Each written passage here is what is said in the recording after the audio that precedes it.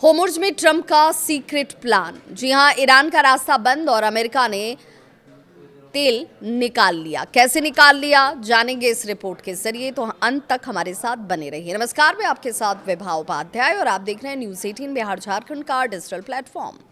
State of Hormuz दुनिया का वो समुद्री रास्ता जहां से दुनिया के तेल कारोबार का एक बड़ा हिस्सा गुजरता है।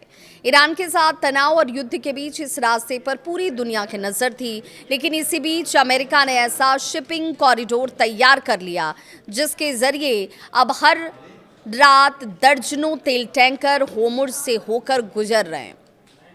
रिपोर्ट ये कहती है कि अमेरिकी सेना ने होर्मुज़ के दक्षिणी चैनल को अपने नियंत्रण में लेकर यहां से तेल टैंकरों की आवाजाही की शुरुआत कराई।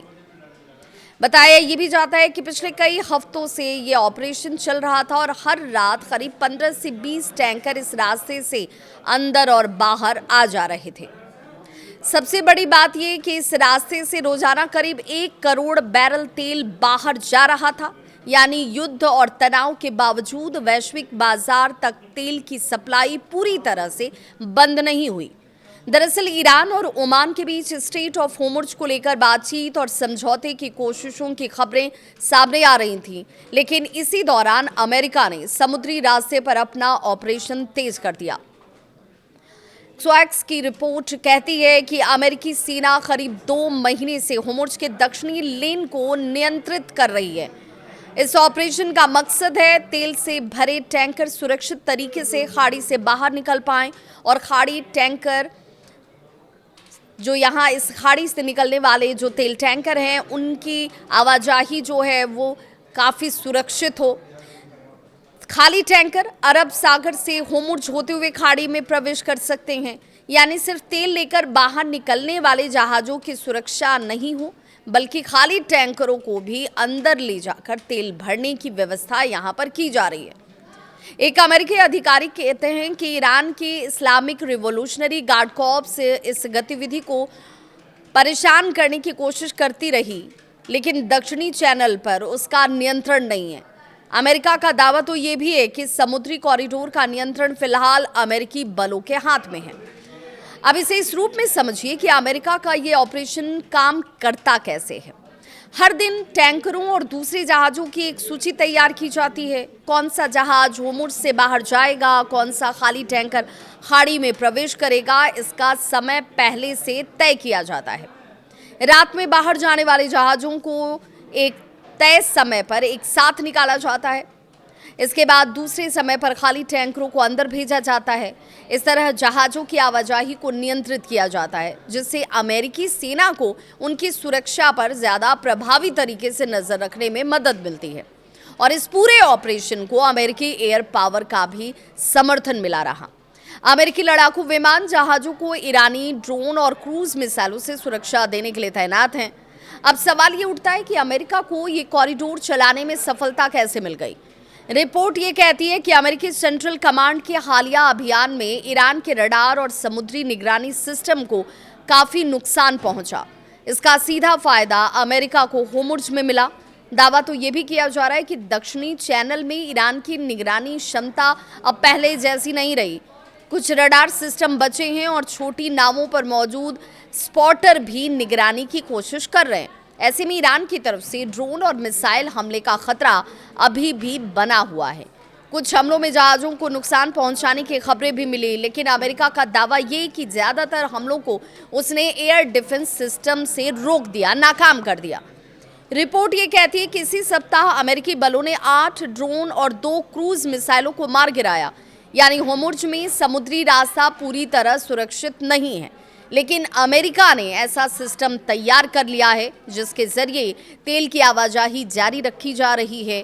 इस ऑपरेशन की सबसे बड़ी कामयाबी तेल की सप्लाई को लेकर बताई जाती है। पिछले 2 हफ्तों से हर रात करीब 15 से 20 टैंकर दक्षिण चैनल से आ जा रहे हैं। औसतन करीब 1 करोड़ बैरल तेल रोजाना बाहर भेजे जाने की बात कही जा रही है। कुछ रातों में यह मात्रा 1.5 से 2 करोड़ बैरल तक पहुंचने का दावा भी किया गया है। हालांकि ये मात्रा युद्ध से पहले होर्मुज़ के जरिए होने वाले तेल सप्लाई से थोड़ी कम है, लेकिन वैश्विक बाजार के लिए ये बेहद महत्वपूर्ण है क्योंकि अगर होर्मुज़ पूरी तरह बंद हो जाता तो दुनिया के तेल बाजार में सप्लाई का बड़ा संकट पैदा हो सकता था। तेल की कीमतों में भारी उछाल आ सकता था और इसका असर पेट्रोल, डीजल से लेकर महंगाई तक नजर आता।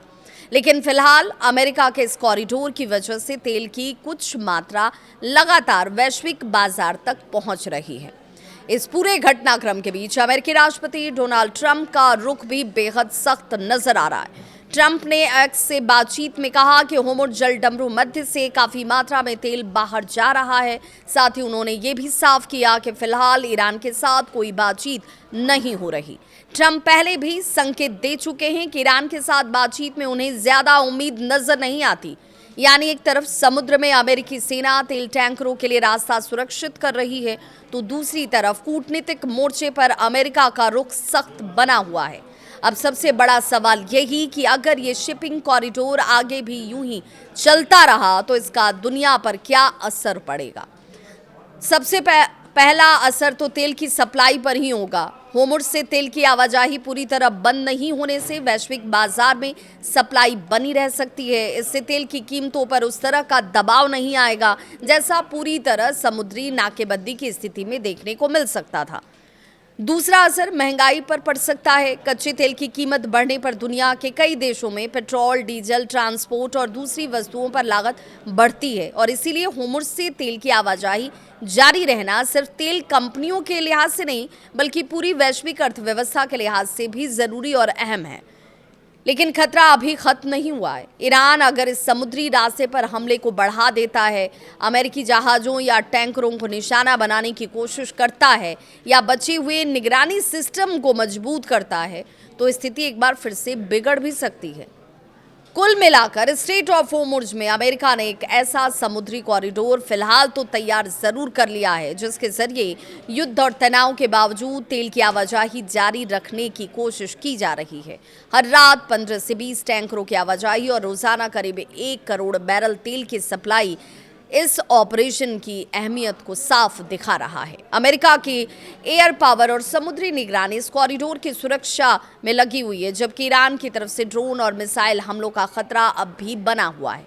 आने वाले दिनों में सबसे बड़ा सवाल यही होगा, क्या ये कॉरिडोर लंबे समय तक तेल की सप्लाई को बनाए रखने में कामयाब रहता है या ईरान अमेरिका तनाव एक बार फिर होर्मुज़ को दुनिया के सबसे बड़े तेल संकट का केंद्र बना देता है। फिलहाल इतना तो तय है कि होर्मुज़ में लड़ाई सिर्फ समुद्र और हथियारों की ही नहीं है, ये दुनिया की तेल सप्लाई और वैश्विक अर्थव्यवस्था की लड़ाई भी इस वक्त बन चुकी है। इसे लेकर आपकी क्या है राय? कमेंट सेक्शन में अपनी राय जरूर साझा करें।